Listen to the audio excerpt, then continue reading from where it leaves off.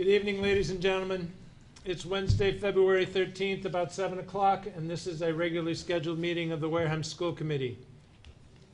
We will begin the agenda with public participation. Is there anybody who would like to address the committee? Mr. Tatro. Either one of those spots, I don't know. You tell me. Yeah. Thank you, Kristen. I just want to take 1 second to, over this past weekend, we had a blizzard that we're all well aware of. Jeff, would you identify yourselves for those? Jeff Tatro, Transportation Manager, Wareham Public Schools. We had a blizzard that put a lot of hardships on many people in this town. And I just want to personally thank a few of my bus drivers that, although had their own issues, took the time to come out and help the people of the community. Disabled vehicles we had, transporting wheelchairs. We had full-size vehicles transporting from our warming shelter to overnight shelters in other towns. So I just want to take 1 minute to thank Laura Atwood, Mary Carbone, Pat Gomes, Misty Callanan, and a very big thank to Joseph Rogers, who worked both plowed. He also drove Sunday, and he drove almost all day on Monday to make sure that everyone got home or to a safe place while they didn't have power. And on top of that, I want to just thank all the volunteers at the warming shelter at the Multi-Service Center. I spent several hours there Monday, and everything was done just terrific by those volunteers. And I just want to take a minute to thank those bus drivers. So thank you very much. Thank you. Thank you. Well worth remembering. Good news, Dr. Rabinovich. This is actually the first thing under my superintendent's report, but I'm going to read it under good news. After applying for the last 2 years, Wareham High School is being offered a letter of agreement to participate in Cohort 6 of the Math and Science Initiative. Its initials MMSI.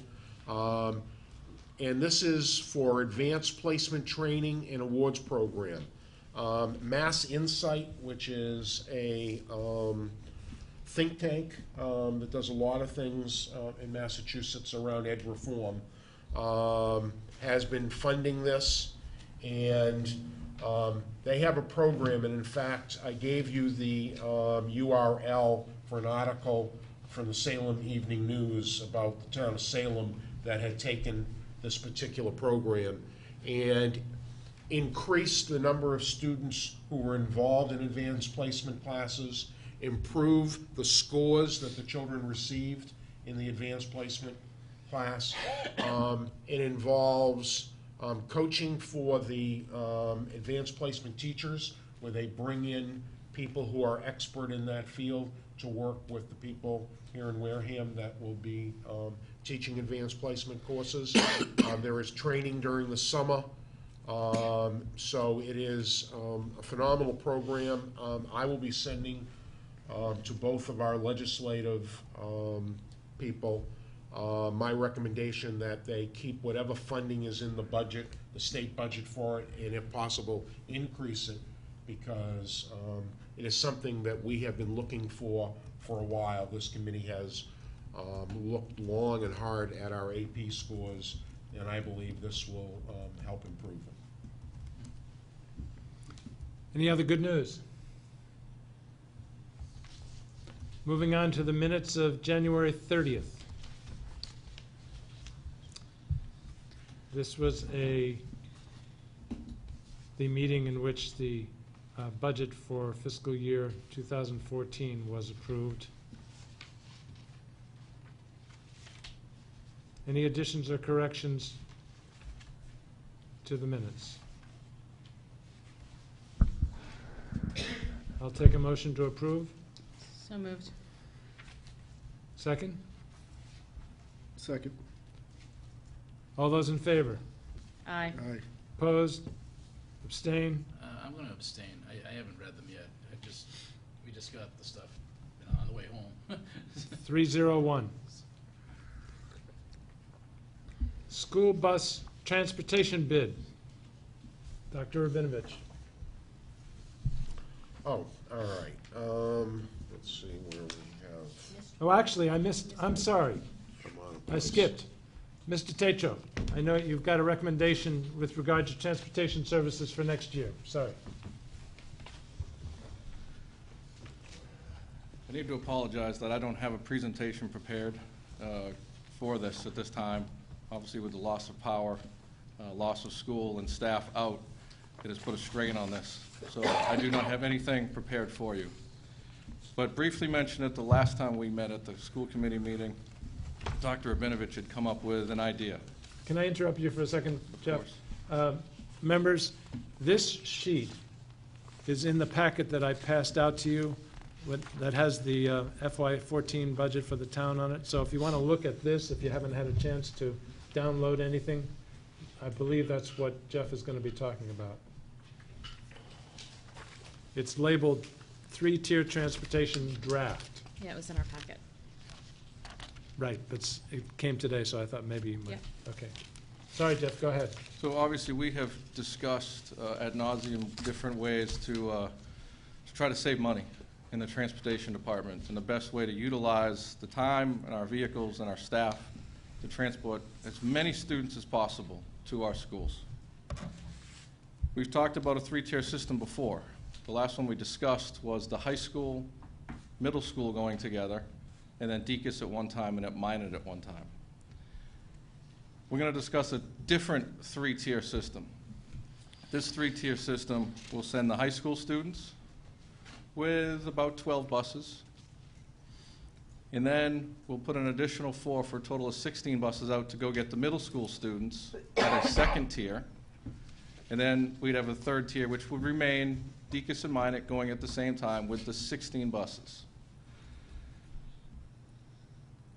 This would have, obviously, some impact on payroll. The drivers who got the three-tier runs,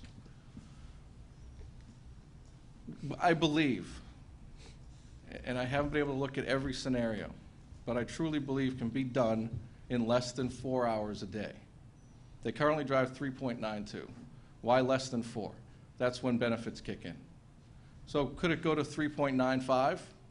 Maybe, but that's still under the 4. Now, obviously, any driver in turn that does now a 2-tier run, which would be the middle school and an elementary school, would be paid less than 3.92. Exactly what, I don't know. My estimate is 3.5 hours, maybe a little bit less. If we had the Deacon's drivers, if we had the drivers who did the high school drive out of the Deacon's school, I believe this could be done with 16 buses. That's taking 5 buses off of the road.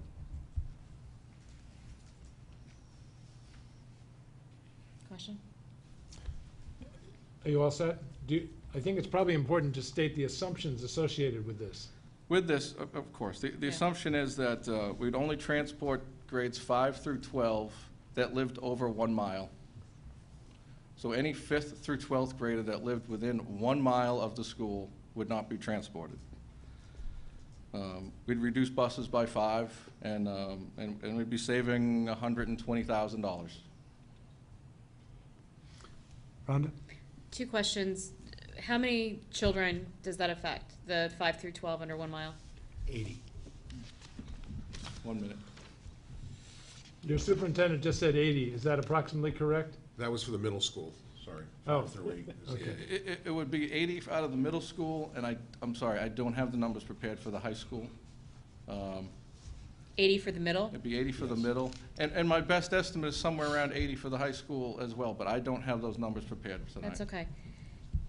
The other question is that the times that you have here, is that, does this mean, what are the changes to each one of the times now? What are they now? Okay, so Yeah. currently, we drop off at between 7:20 and 7:30 at Wareham High School. We drop off at the middle school between 7:30 and 7:40. The elementaries are the exact same times as we did before. We drop off between 8:20 and 8:30, I think, currently. Well, there's some buses that get, I know, It's they're about a little 8:30. early. It's but- about 8:30 when they drop it. When they drop off and get there are two different things. It's controlled somewhat by when staff begins. So at an elementary school, if staff is beginning at 8:25, even if the bus comes in 8:15, they don't Yeah. let the children off the bus. Yeah, I remember. And the same thing with the middle school, at 7:35 is when staff begins. So even though the buses could drop off at 7:30, they're kept on the vehicles unless the walkers. So for the high school, we're dropping off 10 minutes earlier. And for the middle school, they are dropped off 10 minutes later, and then the elementary, there's no change. That's right, because there's always been time between the drop-off runs for the high school and middle school and when they begin the elementary runs. Okay. Why eliminate 5 through 12 within a mile? Meaning, generally, does it have to do with the number of buses? Does it have to do with, what is that the 3-tier doesn't work because of? The only savings is by reducing drivers and buses. So with 880 students, we have to add 2 more buses, and now we have 18 buses on the road instead of 16. And the difference between what the town administrator had in his budget and what we needed, that Jeff said he needed in his budget, was $125,000. So by eliminating 5 buses, we save $116,000. So we're $8,000 off from this. 5 buses, $116,000? Yes, according to what Jeff gave us at the last school committee meeting. So, and our policy always was to pick up after a mile. This board, 3 years ago, 4 years ago, changed it, where basically we were picking everybody up. So I have to ask questions. So if there's a child that lives 1.5 miles or 1.2 miles, and has a bus stop there, and there is a child that lives 0.8, are they able to walk to that bus stop? No. So even if they live a block away, No. If they live less than 1 mile. soften your response. No, I mean, I know, if I'm they only live- joking with you. I'm joking with If you. they live less than 1 mile, unfortunately, we have to draw a hard line. It can't be a line where, well, we'll make exceptions. As No, much I as- understand. No, I thought that there was an No. opportunity for the This household to has make nothing the to exception, do not, with okay. the bus stops. This has solely to do with where you live. So if you live within 1 mile, you do not get bused, regardless of where you might get the bus. Okay. One of the things, thank you for that. I wanted that very hard line, and I got it, so I appreciate that. But one of the things that I did ask for, and I think that I'll probably want to talk about this a little bit before voting on it. I think it would be difficult for me to vote on this tonight. Just again, we just got this, about 2 hours before, and this is just my personal opinion. Everyone here might still feel comfortable to vote. But one of the things that I'd like for us to explore, if possible, are recommendations to alternatives for those 160 kids. And I know that it might not be, and I don't know if you have any ideas now, or if that's just not something that this district is even going to entertain, that we're going to try to, talk to GARDA or talk to other transportation systems to see if we can offer, not pay for, not be in charge of, but basically a resource guide of here are ways that you can still get your children to school if you don't have a means to do it. Okay. I can only speak for my department. I could certainly research other avenues. No, I'm sure it'll be directed from the superintendent if that's even of interest, so, okay. All set? Yep. Mike? Superintendent said something that piqued my interest. I believe I read the policy, and it says 1 mile. But I guess this board at some point previously changed it. Did they formally change it, or was it just kind of a? It was a vote of the school board. It wasn't part of policy review committee. It had to do specifically with 2 neighborhoods that were within the 1 mile.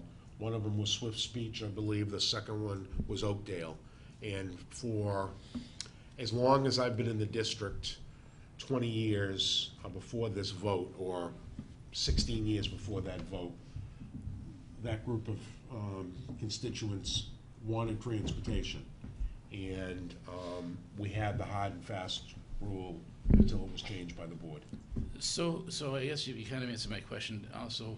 Like, who would this offhand impact to the middle school, let's say? I guess the Swift Speech area Yes, and Oakdale. and Oakdale. And that's the majority of the kids? I'm sorry. Well, is it the majority? Because I thought that most of them lived outside of the 2 miles. That's what we said last time. For the middle school, and I didn't look, as Jeff said, at the high school numbers, because his, when he brought forward the other way of doing this last time, we were looking at eliminating high school transportation. So, middle school, there were 80 kids that lived within that mile zone. So that means out of 880 children, we would be transporting 800, which is the majority of the children. 80 children would be close enough to walk to school or to have their parents drop them off. Yeah. Okay. Ken? So, Mike, to answer the question, I think 3 years ago, I'm the one that led the campaign to change that, because I had 100+ parents emailing me about concerns from Swiss Beach and Oakdale. So I campaigned hard to get support from the board. That's when that was changed. My question on the savings, Jeff, or through the chair to the superintendent, the $116,000. Can you give me just a brief summary of what that consists of? Taking 5 buses off is savings because of fuel and maintenance that you would not have to do, and I would assume that you would take your 5 oldest buses off the line. Am I correct in The that? most significant savings will come from pay. I mean, that's the biggest part. It's going to be roughly $12,000 per driver that won't be being paid, roughly. And then we figured in just general wear and tear on the bus. But wear and tear, what I mean is we're covering repair costs, so tires or seat repair or just anything. And we factored that to be about $10,000 per vehicle. Okay. And then we discussed fuel a little bit last time. Now, understanding that we're still covering the same area, but obviously we're going to have less idling time on 5 buses. We're going to have less startup time. So there's going to be a minimal amount of fuel savings, and we figured roughly $2,000 per vehicle on fuel. So that's how we kind of came up with those numbers. Okay. Second question. Rhonda had mentioned about if a child walks a half a block or whatever, we have the hard line. Is that hard line a little softer due to inclement weather or anything like that, that a bus is going to ride by a group of kids in a torrential downpour? Because they I'm live... going to rule that question out of order. I'm kidding. Oh, I was ready to start screaming. So what happens in that case in a downpour with... I think that's something that would have to be looked into, and this is why I say this. I've dealt with several different scenarios. I've worked in a number of towns, and in one particular town, and this was actually my favorite, and perhaps it would work here, I haven't really looked at it. But when we had severe weather, and I mean severe, I don't mean a sprinkle, I don't mean a flurry, I mean severe weather. Like the past weekend. Well, we weren't in school, thankfully, but, torrential downpours, all right? We had what we called the weather bus, okay? And that bus would basically, there were no bus stops, all right? But it would drive in the area that wasn't served. We had a spare driver or someone available that could go out and drive and would pick up those neighborhoods. Now, at some point, a line has to be drawn. So my gut is to tell you no. So what's the alternative to picking up? Because those buses are going to be maximized with these 800 students already. There very well may not be a seat on the bus. So what alternatives are there to get on severe days? Maybe a weather bus is an option, perhaps, something we have to look into. But as far as the buses that generally serve that district, we have to draw a line somewhere. We have to draw a line somewhere, but I hope that we look into it, and this weather bus sounds like an option. I don't think it's gonna rain for 40 days and Of course 40 not. nights. Of course, but- that's why I say that's a possibility if it's a once-in-a-while type situation.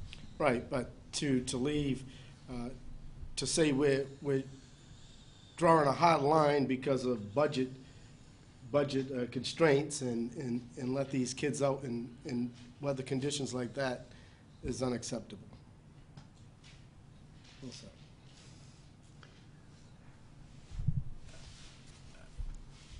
I apologize for getting nitty-gritty, but I need to understand exactly why this 50% improvement in productivity is possible. Not that I don't applaud it, but I just need to understand how it's possible. We currently have a slight layover time between high school. Okay, so a bus driver picks up the first, gets to the first stop, and that's when do they start getting paid? No, they actually start getting paid when they get on the bus, because that's the equivalent of, even if they're at home or at the transportation department, that's when they start their responsibilities, correct? You can get on your bus anytime you want to. Well, However, every driver is required, not by me, they are required by their license to do a circle check. Correct. So they get paid beginning 15 minutes prior to the start of their run. And what is for a typical driver, what is the start of their run? We fluctuate a lot. Our in-town runs, the first one leaves about 6:30 in the morning, and we have some Okay. for high school that don't leave until 7. Okay. Just give me an example, please. So 6:30, 6:15, because they have 15 minutes for their circle check. Mhm. Okay, so it's 6:15, and when would they get back after completing their 2 tiers? 2 tiers? Well, they do 2 tiers, right? The current, So the we're talking current. currently? I'm talking Currently. currently. Okay, Currently. currently. When do they Uh, get back to the transportation department after they completed their 2 tiers? Again, it depends what school you go out of. And The that's typical driver, the typical. They can get back anywhere from 8:20 to 8:50. I don't have a typical driver. It depends. Okay, It so, literally depends what school they drive out of and if they have to go to East run. prior to returning. but an example might be 6:15 to 8:20, 8:30? 8:20. I mean, that's when we start rolling in the morning. 6:15 to 8:20. 8:20. You're mixing, you're going, if you're talking about the current, I'm talking current. there's no 6:15 currently. There's no. Then give me current. The average current driver. The regular drivers. Yes. My earliest big bus, non-sped vehicle rolls out about 20 of to 6:45. Let's say quarter of, and they spend 15 minutes 6:30. on their circle check, so 6:30. And they're done at 8:20. That's just under 2 hours. So 6:30 to 8:20. Okay, that's just under 2 hours, Mhm. right? Correct. Then the afternoon. When do they, They have to report to the high school at 2 o'clock. okay, So now They're- you see buses up there sooner than that. That does not mean they're getting paid. I understand. So their pre-trip would be at 1:45. 1:45, and they would finish Again, depending what elementary school they do, the first bus. approximately, The an first average. bus rolls in at 3:15. So we'll say 3:15. So that's 8:30, 6:30 to 8:20 is just a little under 2 hours. And 1:45 to 3:15 It's an hour and a half. is an hour and a half. Okay? Add those two together, Mhm. I get 3.5, almost 3.5 hours. Right. And you're telling me a third tier is gonna squeeze into less than about a half an hour? That's why it makes a huge difference out of what school the high school drivers would go out of. All high school drivers would have to drive out of Deacon's School for the quickest return time.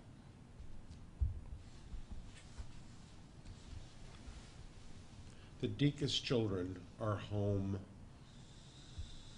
They pull out of there at 3:15, sometimes by 3:30 they are clear. Typically, all Deacon's drivers are clear, all are clear by 3:30.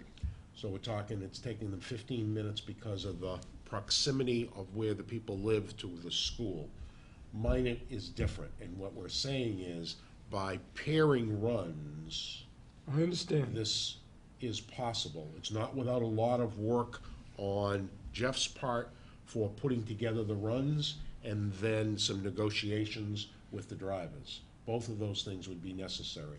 But the goal here was to transport everyone, K to 12, and not dip into the revolving account every year, so we have 200,000 to buy vehicles. I applaud the effort, don't get me wrong. I'm just amazed there was that much layover, or whatever term you wanted to use. Well, obviously, you can see there's a time adjustment if we change. I mean, that's, a lot of tweaking would have to be, obviously be done with this, so. Now, we've got a dozen buses in the morning, so 4 of those drivers, excuse me, 4 of the middle school and elementary school drivers will not have done a high school run. Correct. But the ones that have done the high school run, I'm thinking of the pre-K now. Pre-K, I feel we can tie in like we do this year with the minute runs.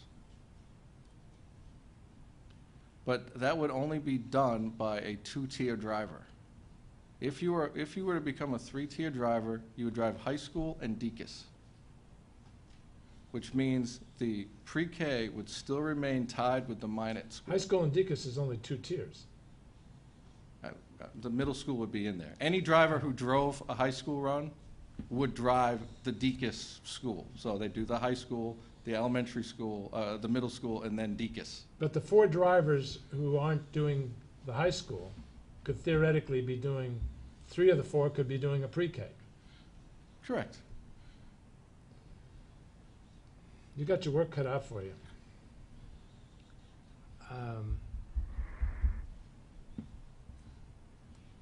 Any other questions that people have? Just one. I'm seeing it here, but I just want to confirm that then this helps with the fear of parents or that express concern about the 5th grade moving to the middle school, that we now, with this 3-tier system, you do not have middle schoolers that are riding on the same bus as high school students. That would be correct. Okay, I just wanted to say it out loud. Thanks. Mike? Again, this is all of Swiss Beach, right? All the way to the end. Uh, All the way to the end. I can double. I believe the end, it would actually is still within that, outside that mile. We're talking for the middle school, right? Yes. Like, And the high. In the high Yeah, school. yeah, in the high, sure, yeah. I bet you we have buses for the high school. there would still potentially be students at the very end that we would still have to service. All right. So, And I don't know if any children live down there, but it's assuming they did, the very end, we would have to service. all right. I don't know why this didn't occur to me before. I mean, we talk about safety all the time. We talk about a certain criminal element in this town. And smack dab in the middle of that route is the new home that went in on Lynn Road. You familiar with it? Yeah. I'm not happy with that, having those kids walk. That's, it's a home for short-term 30-day rehabs with, I went to the meeting at the YMCA when the state came in, and this is where they put some of these people now, and they literally said they could Sorry if you're listening, folks, but they literally said they could potentially be pedophiles there, and I'm not comfortable with that.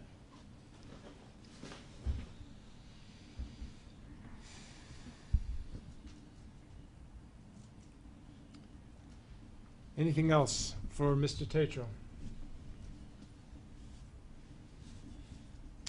Rhonda has already expressed a concern about voting on this evening. I assume you retain that concern? I do. Does anybody else have a concern about voting on this proposal tonight?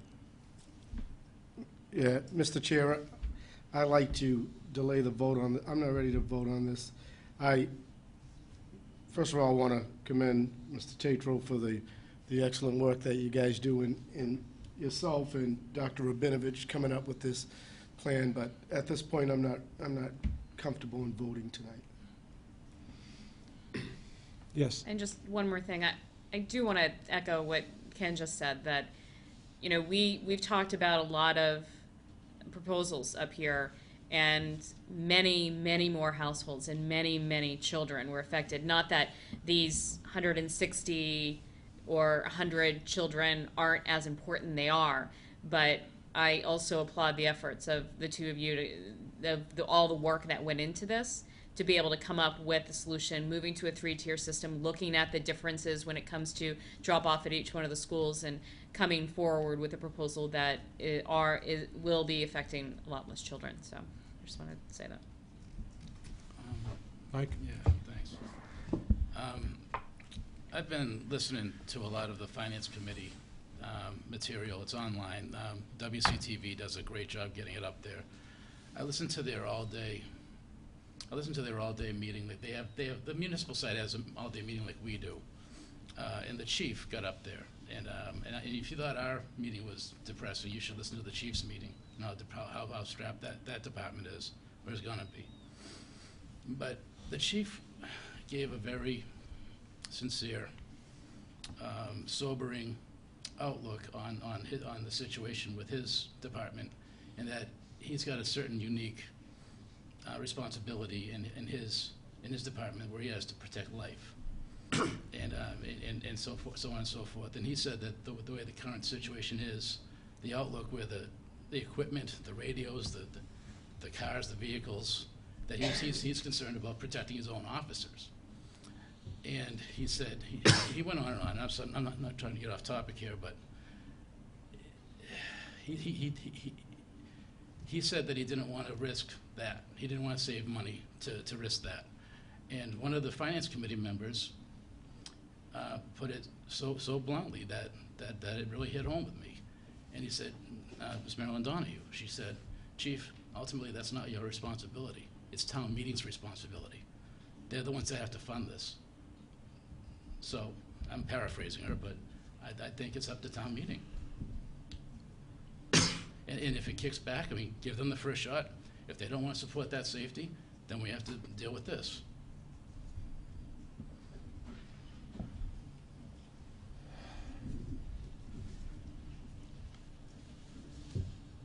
And I know we're all working in good faith trying to get these numbers down, but at the end of the day, it's town meeting's decision. And we should give it to them. Give it to us. Give it to everybody. I fully appreciate the spirit with which you say that. One of the problems we've got is the state, for whatever reason, and I assume it wasn't arbitrary and capricious, did set the standard at K through 6 greater than 2 miles. We're doing K through 12 with middle and high greater than 1 mile. So we are already going above and beyond.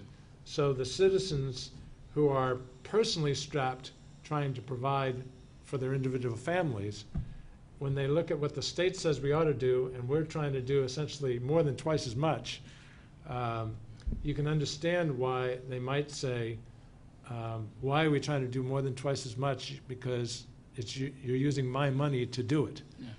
So I think there's always a flip side to what you're talking about, even though I completely appreciate the spirit with which you say that. I would like to give the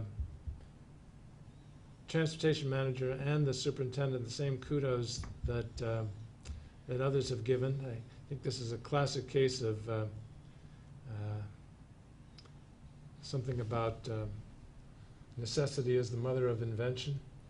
And I think you've been very creative because of a significant lack of funds.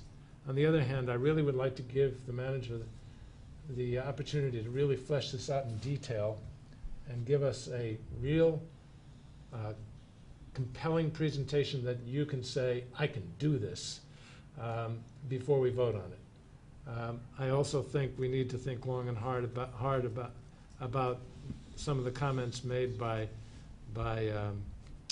Mike and the spirit that caused Ken to fight so hard 3 years ago for the less than a mile in a couple of neighborhoods. And I think this is a really tough issue, and I think it's always dangerous to speak for another member, but I'm pretty sure Cliff would agree with you that town meeting should be the one to make the decision, because they are ultimately responsible. So having said that, I will appreciate the presentation.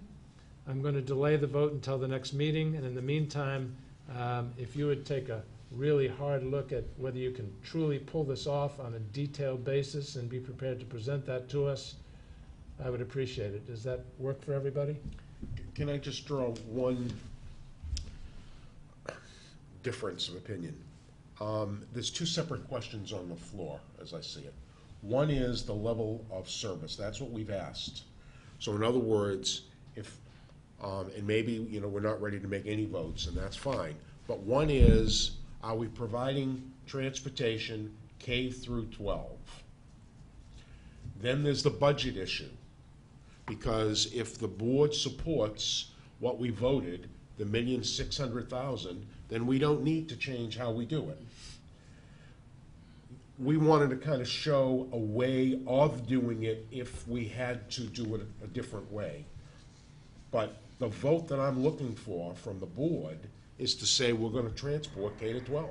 So moved. Rather than the other, scenarios.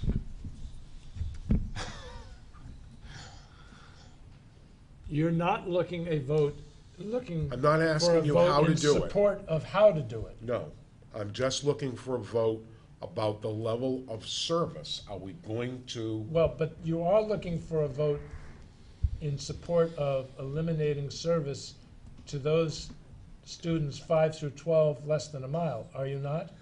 that would be, again, budget driven. You're not, so the vote that you're in, Is just to say that we have a K through 12 transportation system, and then it will be determined when this group votes. Point of the budget information? number. go ahead. It's really about whether we're supporting the 1.6 or the 1.4. That's correct. That's right. Right, so at the end of the day, that's what you're looking for, and then whether we support if we don't support 1.6 and we're saying, no, we have to do the 1.4, then it's up to you to decide. Well, Well, we come back to the board and here's- talk about the how. But that's the second. here's the problem I have with that. Literally, the last meeting, we We voted voted 1.6. So I think it seems unnecessary for us to have another vote to support 1.6 just 2 weeks later. So I don't think that vote is necessary. Furthermore, these are really tough votes, and I think this committee has a tradition of wanting everybody present when we have those tough votes. And thirdly, we're not even sure we can pull it off. And fourthly, we're in the middle of a negotiation.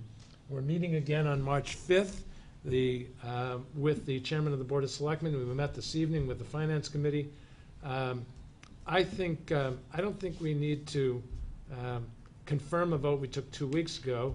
And I'm not personally, and I sense the committee's not ready to change the vote from we did 2 weeks ago until we have a little bit more information and until we're all present.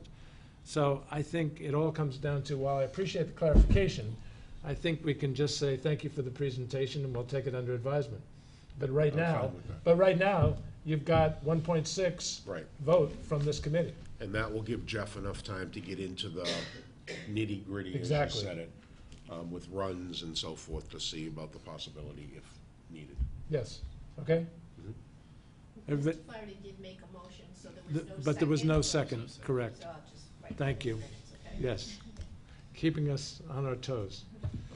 Dan, I withdraw it, so it doesn't like nobody supported it. It's up to you. I withdraw. I withdraw. Okay. Okay.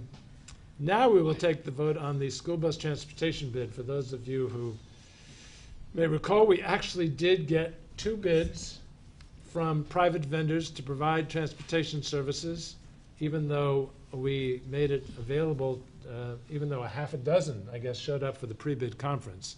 Barry, do you want to give us Absolutely. The numbers? So, well, actually, I don't want to give you the numbers. I want to say that my recommendation is to not award the bid because the analysis that has been on the website and what we did at the Action Committee meeting, and then what we saw 2 weeks ago? yes, showed clearly that it is cheaper to do it in-house rather than have an independent outside agency provide transportation. So the vote I'm looking for is to not award the bid so that we may send out the letters to the 2 bidders of record. And just to be clear, even after putting in a kitchen sink worth of benefits as recommended by the town administrator, we were still almost $400,000 less than the lowest bidder. So I appreciate the fact that you would like that bid, and I will take a motion to that effect. So moved. Do I have a second? Second. Any further discussion? Just a point of, I know we can't make this in the motion, but I hope after 35 presentations that we can put this to rest, that the studies have come out over and over and over again, that we do an outstanding job in running transportation, and we do it cheap. So maybe we should, Cost effectively, if you don't mind. maybe we should contract our services to Rochester and Bourne and bring in some revenue. Great job. So, motion to approve. Thank you. Did I get a second? No, yeah, I had the second, yeah. I just wanted to Oh, yeah, we discuss did it. have a second. You wanted to amplify? I wanted to discuss a little bit. Before I came here, I was on that side of the table, very much interested in this topic. And I mean, I'll admit I was skeptical. I mean, there's no secret about that. And then you formed your Transportation Action Committee, and you had the 3 bids at that time. And I followed that pretty intensely, actually, back when it was probably appropriate to call it an action committee. After about the 4th or 5th meeting, I think I started just watching it on WCTV. But I just wanted to go over, let me know if I'm forgetting anything here, because these are all the people that really were involved in this whole decision. Coming up with the apples to apples RFP that, as I'm told, everybody agreed, everybody on that committee agreed was apples to apples with regard to status quo. So there was yourself, Jeff Sweat, Dr. Rabinovich, Ellen Begley, Frank Heath, Derek Sullivan, Mark Andrews, 2 separate TAs, Mary Jane Driscoll, former transportation director, and to my shock, she seemed to be the most adamant that it was best to do it in-house out of everybody on the board. Alan Slavin. Unofficially, he would want to add, because he hadn't been appointed yet. Right. Yeah, thanks for catching me, because he was the first meeting, and he was. They hadn't met yet to choose a person, so he just sat in as the capital planning person. And then in watching this whole process fold out, and I was a candidate. So I was asking all sorts of people in the finance committee and capital planning, and they were all finishing each other's sentences. Yep, they know what it costs to run this thing. It's no secret. We're doing it better than anyone can. So I'm just saying that the leadership in this town that pays attention to this knows that we're doing it the right way, even if some anonymous bloggers don't. So I'm not a skeptic anymore. I have full confidence that this report was done on the up and up, and I support it. Thank you. All those in favor? Aye. Aye. Aye. Opposed? Abstained? 400. And I share your sentiments, Ken. Superintendent's report. I'd like to give a facilities report, or I should say what was going wrong over the last couple of days as we lost electricity. And I know this affected many people in town. At one point, I think NSTAR said something like 96% of the homes were without electricity. And it was actually Wareham Week when I read the article that said we were down 14%. Helped me make my mind up that we should have school on Wednesday. And more came on.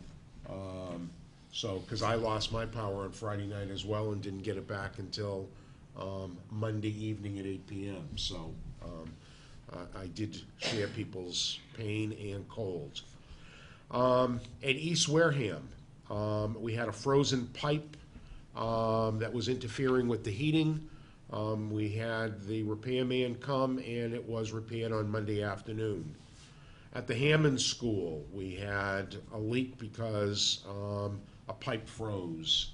And the head custodian that watches both East and Hammond found that, and that was repaired on Tuesday afternoon. Wareham High School, a steam pipe let loose as you're walking in towards the gymnasium and auditorium.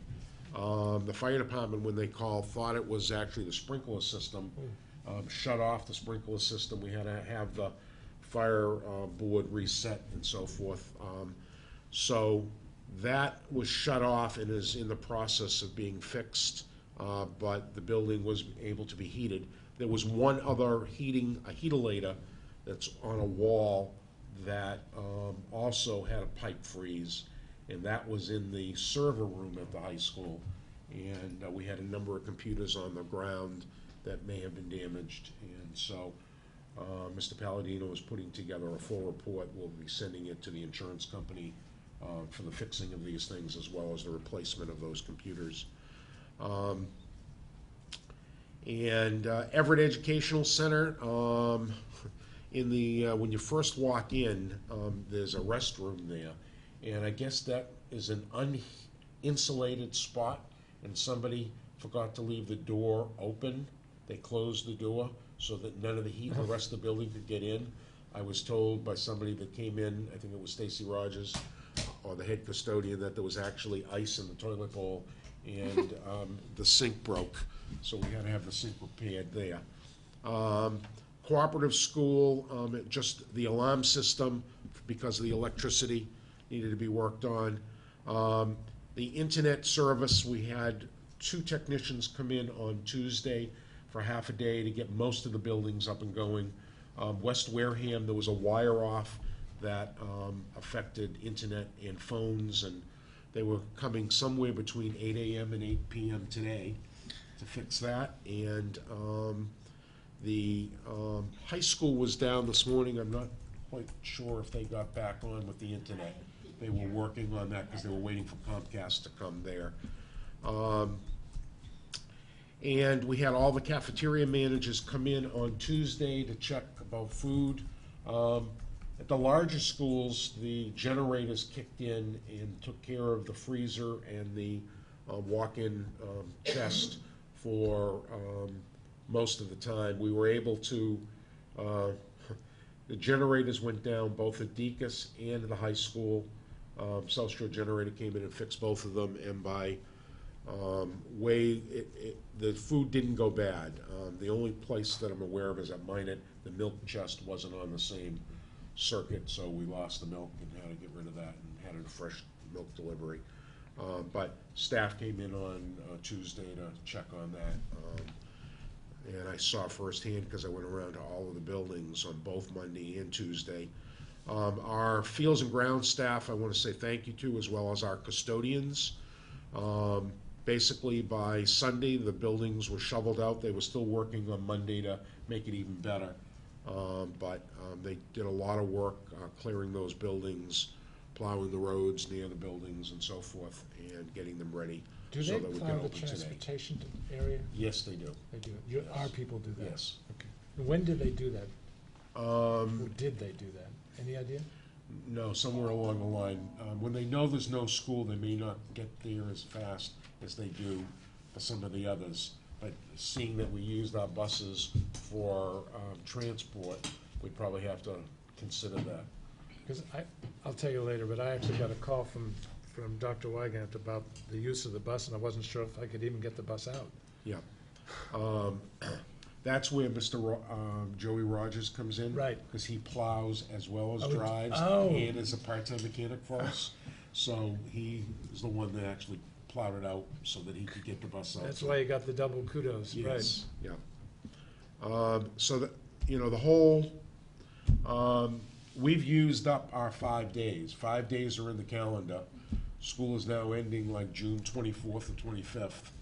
And I hope we have no other severe weather, because I would hate to have to come back to this committee and say that perhaps we have to look at April vacation, but What happens if we go past July 31st? we can't. We can't go by July 1st because the teacher contracts. Mary, All right. so just a question, because I had a conversation with a colleague of mine at work today. So we are able to look at April vacation. Like, we can look at that. That's not contractual? No, there is a thing in the contract that says we consult the association when we're building the calendar. So if there were, an emergency, like we had another blizzard and we were out for X number of days, then we would have to have that conversation with them as well as. So them we come are the able board. to If have. we had to. Right, And because. and we have examples in other districts that have had to do that in other years. Because from what I understand, Sandwich shut down the whole week. And we were debating on whether they would have to look at their April break. This week? Yes. Yeah, Wow. so they're, right? Yeah, this is what this person told me, so I'm just confirming that they shut down the whole entire week. And so I was wondering, and that's why we were having the debate, like, and what do you do with that? Because you can't tack on that whole, at the very end. Well, and depending, I don't know if they closed when we did for the hurricane. We had those 2 days that we closed at the beginning of the year because of the hurricane. Yeah, so who knows if they had that. Right, I'm Right. not sure about that. So, And but it was more, do we leave? so on Friday, for instance, from all the weather reports, in fact, I had all through this process, starting on Friday and then again on Sunday and then Monday and Tuesday, I had a teleconference with the chief of police, the police lieutenant, Mark Gifford was there, and Derek Sullivan. And so they were all recommending Friday that we close. I looked at the weather, and to me, it wasn't going to get bad down here until 2 or 3 o'clock in the afternoon. My inclination was to have school A half day. and do an early dismissal. But then, at 4 o'clock in the morning, I got a phone call from the old Rochester superintendent who said, "We're the only two left this side of the Cape who are not closing school," and the governor, and I had watched the governor's thing before I went to bed that evening, and said, "Yeah, let's close and just be with everybody else." Yeah. So it is possible, God forbid we have another big blizzard like this, that, we're out because of snow for 10 days. If those things happen and then it gets closer to June, the governor or the commissioner of education may do something. At this point, they're saying, no, you have to go your full calendar. But the closer you get to the end, Okay. the more flexible that is. But April vacation is on the table in a dire. If we had to, yes. Yeah. And my last item is the district review. Has been a policy, or not a policy, but something that we've done before. Anytime there's been a large report, we try to give it to the board so you have time to read it and digest it before we have a conversation about it. So it's in your package. I have the URL here. It is up online. When you say it's in our package. Oh, it isn't on your package, I'm sorry. Only if if the It is. URL is on my report. Oh, on the report, yes, right, got it, Okay. okay. And I don't think people will find many surprises. What I'd like to do is at our March meeting, because there are recommendations involving curriculum, student services, as well as management and finance, that, we'll do a group presentation and each take part of the report and talk about what they said and, what we're doing. But I think it is a valuable instrument to look at as far as a new superintendent, to look at that as a document of need that they would, could use. It is a year old. I mean, they were here last February to do this, and we didn't get their finished report until a week or two ago. So you're saying, is it worse, or? Such productivity. So, no, some things were better. I mean, like, we did get the high school roof done. There were other things that have been accomplished, or things that we were in the middle of that they really didn't understand. Yeah. So there is some of that. They did take, first they send a draft, we get to comment on it. They had a comment in this report, for instance, that said that they didn't understand why we needed to eliminate 8 positions or 9 positions to cut our budget when we had all this money in revolving accounts. I had to go and write and copy the law and send it to them to let them know, no, I can't take money out of the transportation revolving account to use towards teachers. And this is the group that's evaluating this. Anyway, so that's my report, and I just wanted everybody to be aware of these things so that they could go in and look at it. Thank you. Just so everybody knows, the next thing on the agenda is that we will be releasing the executive session minutes of August 22nd, 2012. That's just to let everybody know that. We're going to recess briefly to set up the technology for a Skype session with the search firm to go over the roles of screening committee and the stakeholders and the calendar timeline. Then we will be going into executive session to talk about the contract with the potential new superintendent, and the plan is at that point to come out and to adjourn unless anybody has any other business at that they'd like to bring before the committee. Okay? Mr. Chair, through you to the superintendent, just for some information, parents were asking me what is the procedure for the superintendent canceling school, and I said, I think there's a lot of things, conversations with the police and whether or not Mr. Tatro goes out and sees if buses can get through. So I would like to ask the superintendent if he can just give a brief overview to those parents that want to know what the procedure is. The superintendent arises. Just so you know, I've been wanting to know this since I was 5 years old. Okay? At 4 a.m., after waking myself up, I called Jim Moran, who is our Fields and Grounds person, is the person who's out there on the roads, either putting salt down or plowing, and he gives me a report. Then I talked to Mark Gifford about the general repair of roads and so forth in town. I then talked to if Lieutenant, one of the lieutenants who's ever in charge at that point, about safety and whether they think. So the reason for keeping school closed on Tuesday had to do with some the electricity and light signals in intersections. Once I had a feel that those were all back on, it made it a lot easier for us to have school. The buses could have gotten around on Tuesday except for 2 places. There was a tree down by Rose Point, and there was another place they mentioned to me. But those are some of the things that go into it, just to make sure that we have power also and that it is safe. That must be Skype. Is this Mork from Mork calling us? Thank you. Thank you. Thank you. Okay, let's He's got recess. more. No, I just wanted to. Oh, sorry, go ahead. No, only that I was, if it is all right with the board, I am going to leave so that I continue with my preparation for tomorrow. That's fine, as long as there's no other business that the committee wanted to bring before us. All set. Okay. Great, thank you. Okay. We'll recess to allow the technology to do its thing, and Pam, thank you for being here.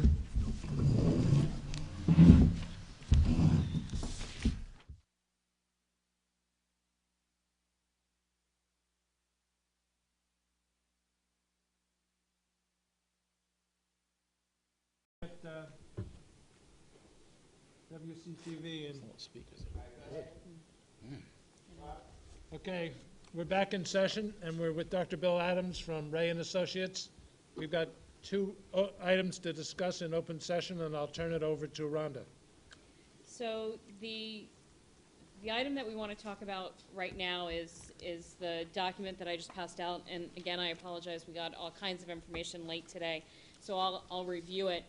But is a document on the roles and responsibilities of each one of the groups that right now are in a position to help when it comes to the selection or input into the selection of the school committee.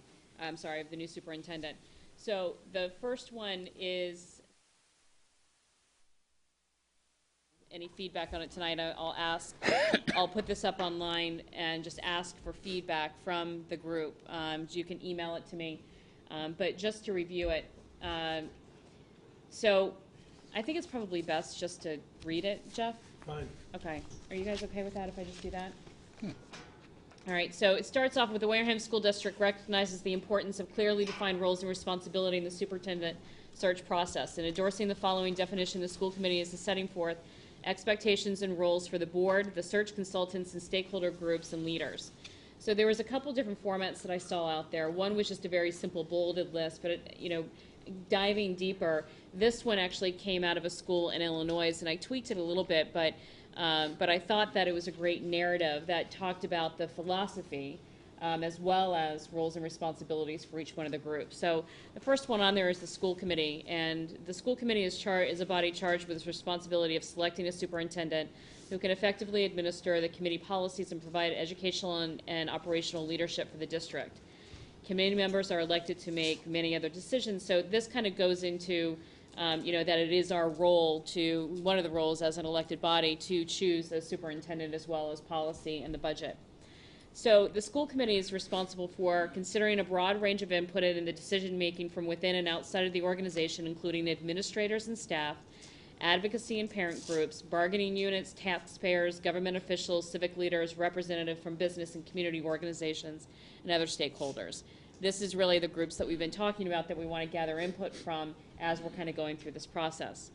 The second is working with the search consultant to establish a profile and qualifications for the desired candidate, and to also ensure that a selection of a new executive is made no later than May 2013. And that goes along with the timeline that Ray and Associates laid out, even though theirs is mid-April. I did just put a little buffer in there to May. Working with the search consultants and identifying potential candidates, and also using the stakeholders and input as appropriate. Ensuring that its members accept the responsibilities to protect the integrity of the school district in the search process, including the confidentiality of personal information received about any prospects, applicants, candidates, and finalists. So just basically keeping everything private, well, the background and the experience until they want to release it. Ensuring that its members disclose promptly to the chair any appearance of real or potential conflict of interest with respect to the process or any prospect, applicant, candidate, or finalist. This goes to the cronyism and things that we've heard many times in this town. We want to make sure that that is part of this process, or that we're ensuring against that. And ensuring that its members place the welfare and best interests of the school district ahead of all special personal interests, guarding against inaccuracies, biases, and careless actions. Using common sense, good judgment, ethical principles. I think that also goes and doesn't need to be stated. It could be fiscally responsible also, and during this whole entire search process. One thing that after reading this a couple times, I was trying to figure out how to add someplace else about the fiscal responsibility. I did think in the last bullet it did say that, but if anyone has any suggestions on putting something like that in there. So I'll stop here for a second and just see if there's any immediate feedback on what the school committee's role is in this search process when it comes to choosing the next superintendent. Everybody comfortable? I think it's excellent. It's right to the point and covers everything. I have Mike? no issues. No, You don't yeah. even have to mention fiscal because it's in that last bullet. I agree. No, Mike, I you was, comfortable? the only question I had is who wrote it? I guess someone in Illinois did, but. Yeah. No, they did an amazing job. So it's I'll give kudos, the school district U46 in Illinois. So I put it on there so then people wouldn't accuse me of plagiarism. Attribution, there you go. I Right. thought Rhonda actually wrote this. I'm saying, I'm glad Yeah. I'm glad Mr. Sweat chose her because I couldn't do And this. I'm saying to myself, this is something she would write, you know? This is Well, Wow. imitation is the highest form of flattery. Absolutely. And tweaked it a little bit, nowhere near how much work that put into it. So I said, why reinvent the wheel when you find something? I'm a good researcher. That's excellent. All right, so Bill, this is to you guys. So we did put on there around the search consultant, working with the school committee to develop or refine a profile of desired candidates and criteria for selection, including the use of survey, public forums, group meetings, interviews, as determined by the committee. Working with the school committee, prepare promotional flyer and online application form. I added that one. Working with the school committee to establish a search process or work plan, including a search calendar, and guiding the committee's work to meet the overall timeline established by the committee. Identified qualified candidates throughout the nation who are from education, the private or nonprofit sectors, branch of government, as appropriate based upon their criteria and certification requirements. And again, I just want to stop there because we have talked about really, and we've talked about with Ray and Associates too, and with Bill directly, just casting the widest net as possible so then we get a good group of applicants in. Conduct all aspects of the recruitment process to ensure that qualified candidate individuals are a part of the candidate pool, screening and evaluating individuals, presenting a diverse and qualified candidate pool to the committee. One thing that I'll say about this is that again, that is the reason why we chose Ray and Associates to do the recruitment and do the initial screening, even though we have asked that we want to see the full list. But I don't think that it's appropriate for this group to have to go through and screen every single unqualified candidate. That's their job, even though we'll see everything and they'll make a recommendation to us. But I'll stop here. I know, Jeff, you might want to say something about that bullet. Well, yeah, Bill, if we get 5 candidates that look, you can hear me, right, Bill? I can hear you. I'm Yes. sitting right next to Mike. If we get 5 candidates that look like you and me, meaning, older white guys, to me, you've failed. Speak for yourself, Jeff. Well, you're retired like me. Thank God I didn't say that.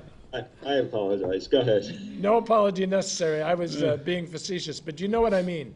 I mean, this is a community that takes a great deal of pride in its diversity, and diversity, and it goes way beyond racial, ethnic, gender, all of those things. So my personal feeling is that bullet is particularly important to me.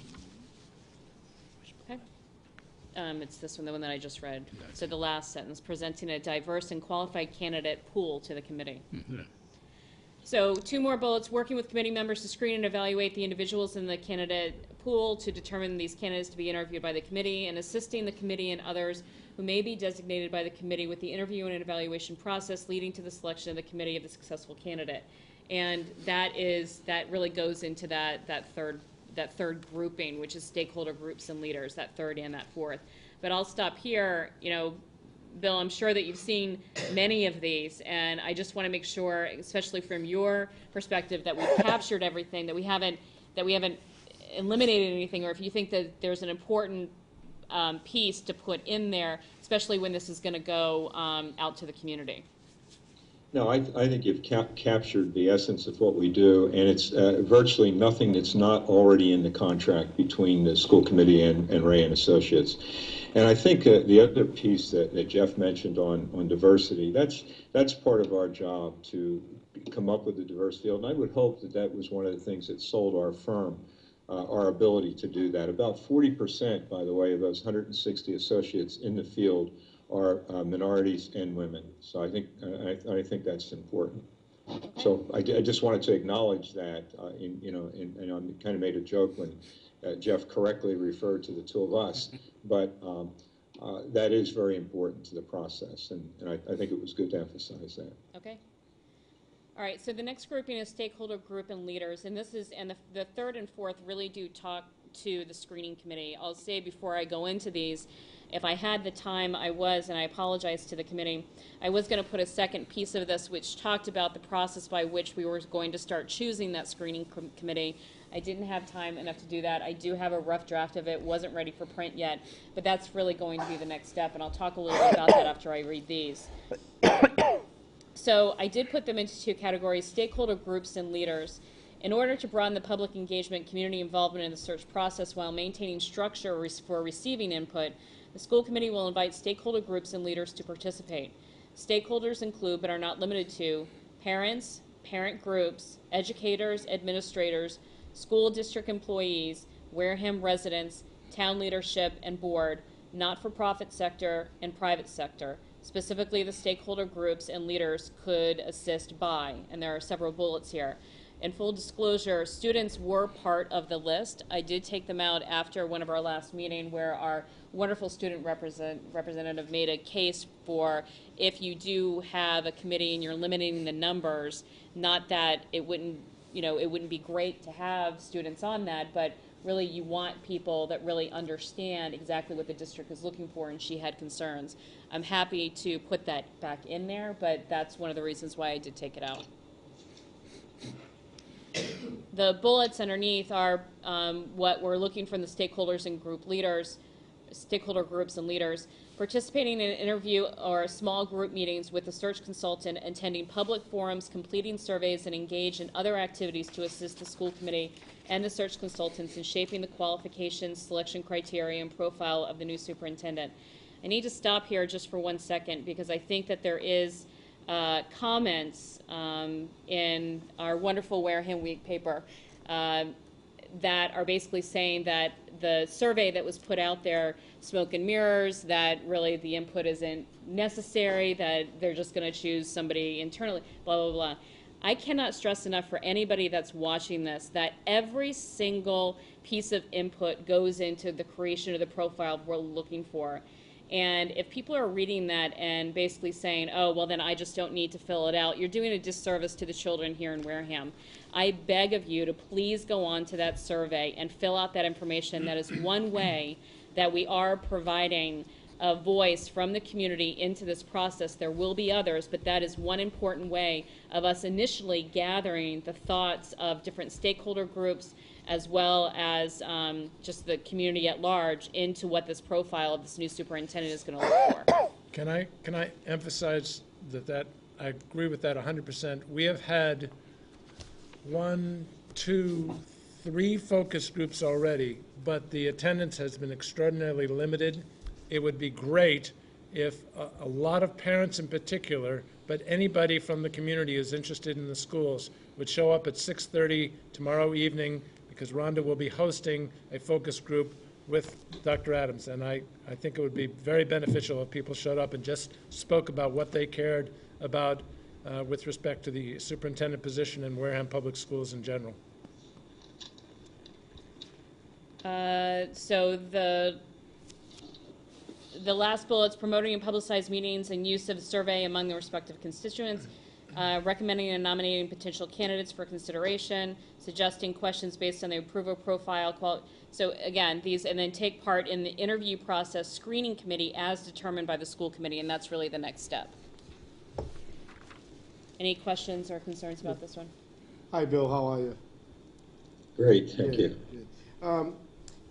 When we did our one-on-one Skype, there was some concerns about the timeline, that we're sort of behind the 8 ball right now. What does that do to this screening committee? I think you had some concerns. Correct me if I'm wrong. I think those concerns are probably, because obviously I had individual conferences with each of you, with each school committee member, and we've discussed some of the same things in terms of being very concerned about the timeline. I think by defining what the role is, and you may do that tonight, or you may further refine it, but if we know that the screening committee is going to be just that, a committee that's going to participate in the interview process after the board screens down to semi-finalists. If we know that, we can begin the process, we can complete the profile, we can recruit, And you can take your time having people submit a letter of interest, selecting them however you, the school committee, select them. And then the major role of that committee would be to participate in the interview process once you've identified semifinalists. I did strongly recommend to several of you that I felt prior to that process it would be inappropriate for a screening committee to identify semifinalists and then the school committee to step in after that, because I just think that would actually impede you doing your statutory responsibility. So I think of what I'm hearing in terms of process, that this will probably meet that process and meet that need and not slow down the process as long as we move forward and we know what that role is down the line. Mike, you all set? I'm all set, thank you. Okay. So the last piece is just Wareham Public School staff posting all relevant materials online, direct inquiries to responsible parties as noted above, coordinating and participating in scheduled forums and surveys. I'll put another plug for the teachers that there is another scheduled session tomorrow. We had 4 people show up, 4 teachers show up today. I'm begging, please, this is your opportunity to be able to have input into this process. And there's another one tomorrow at 3:30? 3 o'clock. Today was 3:30. And then also take part in the interview process screening committee as determined by the school committee. And, again, when it comes to these forums, I know this week is difficult. And I don't know if Mother Nature decided, you know what, we have a say in this search process. I don't know what it is. I know that this is a difficult week. And if I had my choice, we would have delayed it a week. I think that maybe that would have gotten us more participation. But unfortunately, we can't. There hopefully will be other opportunities for people to provide input. But I don't know if that's going to be part of the process, except for the screening committee. We cannot delay it because of the timeline that we're under. To be able to get the pool of qualified candidates that we want to get in here, we have to have this timeline right now. We're just behind. So again, there's 2 opportunities. Teachers have an opportunity tomorrow. The community has an opportunity tomorrow. Please show up tomorrow night at 6:30, and also for the teacher one at 3 o'clock. So I'll get off my soapbox there and basically say this is what's been put in front of you. I welcome additional feedback after this meeting. I do want to get it to Cliff also. But if the committee has any comments on this right now, let me know. Bill, just don't tell Rhonda that the forecast calls for snow tomorrow night. I know. And it's Valentine's Day, too. And it's Valentine's Day, exactly. No, we understand that. I'm hoping my plane gets into New Jersey on time because we do this Skype meeting from a different state tomorrow. So, but you do have, it is an excellent document. I do think you need to put the final pieces on as to what that screening committee is going to do. And I hope that I did capture what I sensed, at least in talking to you, but ultimately that's a decision you as a committee have to make. And that's that role that they'll play and when they'll step into the process. Yeah, and Bill, just so you know, a piece of what you just talked about, I think, is in the 3rd grouping that defines a little bit about the screening committee, but what I'm going to do is the process by which somebody will get on that committee. That's really my next step, and then there might be 3 or 4. It's probably just going to be a narrative that says that they're going to be part of the interview process after the not finalists, but when it's narrowed down, that they'll be part of that interview process. Once you've identified the semifinalists Yes. that you're actually going to interview, and I do think it's important to recognize that while we'll make recommendations, you will have every application. And you may opt to add, detract, or whatever, and then ultimately we'll have a process that will work with you so that you can narrow down, and that was the matrix process that I described to all of you. Okay. Are we all set with the roles and responsibilities? Yes. Okay, let's move on to the timeline. Okay. Did anybody have a chance to take a look at the timeline? Yes. Yeah. Okay. So what I'll I can go through it a little bit, but the last time that I presented, you saw the stage 1 and stage 2. Generally, the highlights that I'm going to talk about is that we want to be able to get the superintendent profile for the promotional flyer as well as the online application form online by 2/27, correct, Bill? So it's 2/27, not only online, but then in the publications. That's correct, yes. And one of the things that we're pushing the timeline for, a lot of the advertising, especially Education Week, we can't do until we establish certain things. And one of them that we'll talk about later is compensation. And we really don't like to be out there until we have that profile established. Now, as I said offline before the meeting started, I'll be going to AASA next week, the American Association of School Administrators, and we'll actively be letting people know that we are doing the search for Wareham, Massachusetts, and give them some particulars. But we won't have an application up, and we can't put the application up until you establish the profile. And that's why that February 27th date or somewhere near that date is very, very important. Yep. Thank you. So then the next grouping after that is really for the month and 1 week, 6 weeks.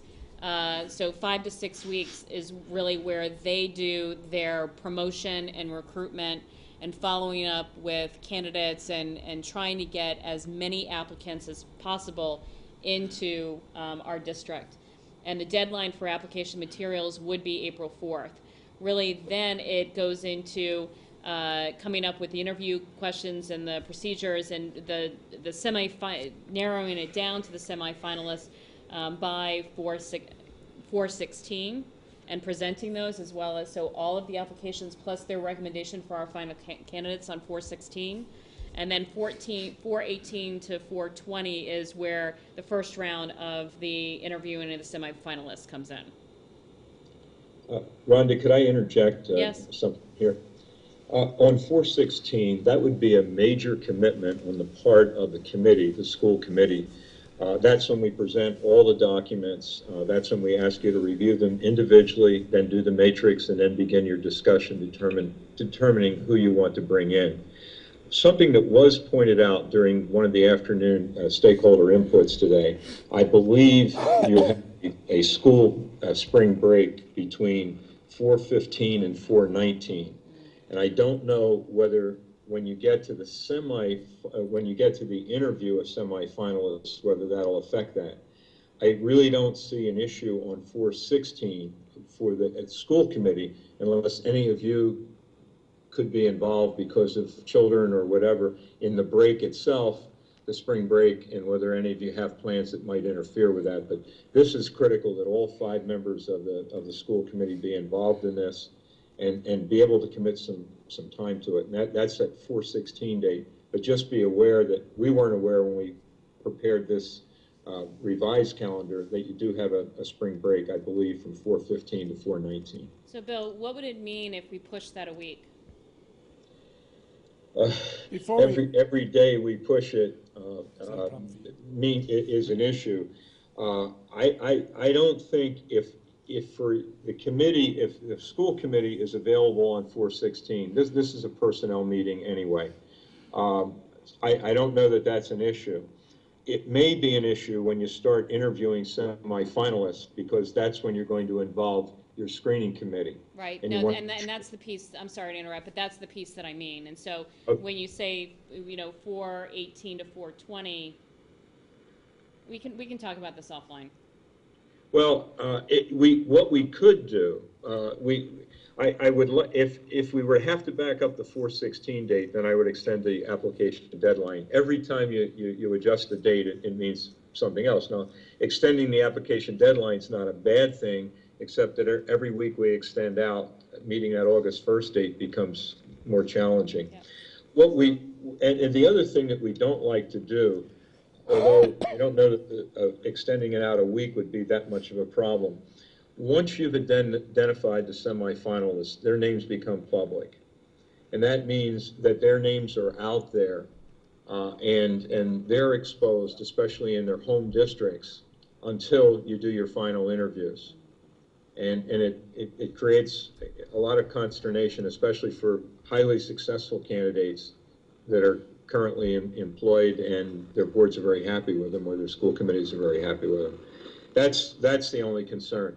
Could we work something so that instead of starting the 4/18 interviews, if that was pushed out to the following week, I don't know that that would be all that critical.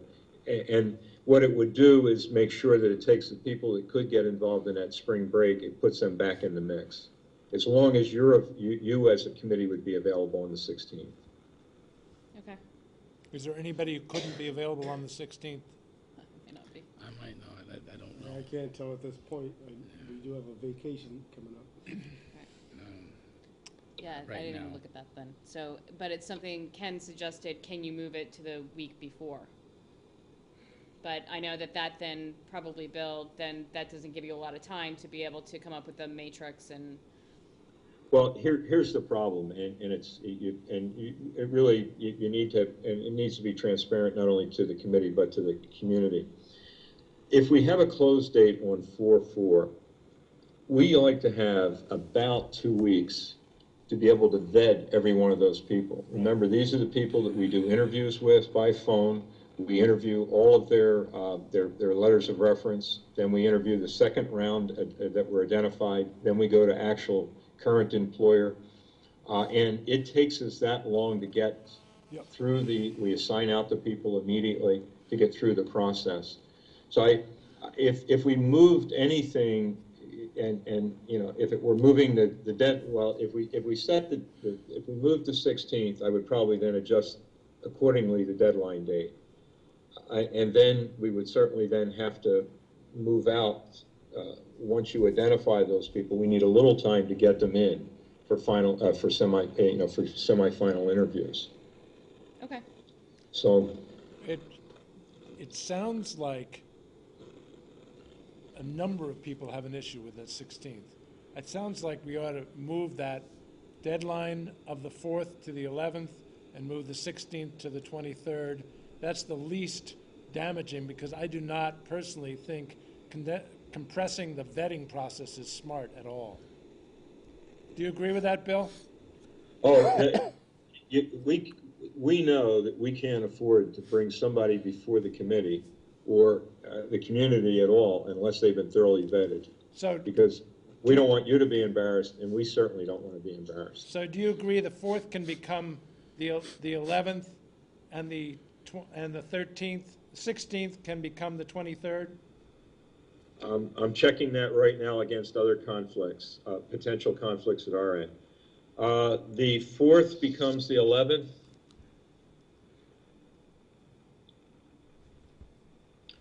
That looks doable. And Jeff, what was the next date? The 16th becomes the 23rd, and of course, everything after that moves.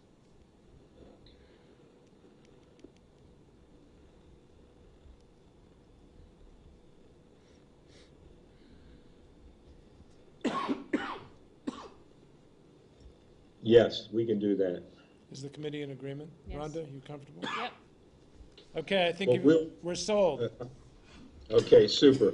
What we'll do is make the adjustments, and then we'll make the adjustments in the last couple of dates, and we'll get that out to Rhonda for distribution to the full committee through Rhonda. Is that acceptable? Yep. Could I speak to the link for a minute and a couple of things there? As of about 5 o'clock Eastern this afternoon, we had 47 surveys in. I think, Rhonda, when you checked earlier, it was 33 earlier in the day, or 30 odd. I don't know whether you've considered using Global Connect to notify all of your parents that the survey is up. And I don't know what your protocols are for using that, but you do have that available within the district, and it would not cost anything to send out a Global Connect message that The school committee is seeking as much input as possible. If you would go to, tell them where the link is, and ask them to complete the survey. Yeah, just a quick question. Is Barry out tomorrow? Is Dr. Rabinovich out tomorrow? Does he make the decision? Am I gonna have to call him tonight? No, I mean, but he has to make the decision on whether, yep. So what I'll do is but the survey closes down on Friday, so it would have to be done tomorrow morning. Yes. Eh,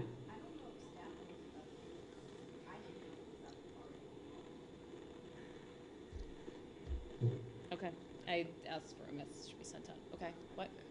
And I was thinking, actually, when I came in today, I was wondering if that would be appropriate to do for these forums, put an announcement out, to everybody to attend one of these forums if they want. Oh, you did? I didn't get one.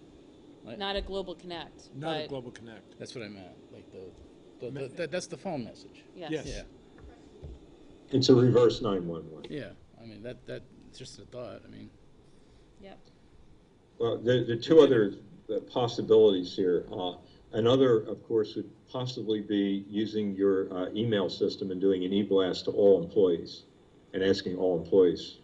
Yeah, for input. yeah, we're good. I thought that was done, so, okay.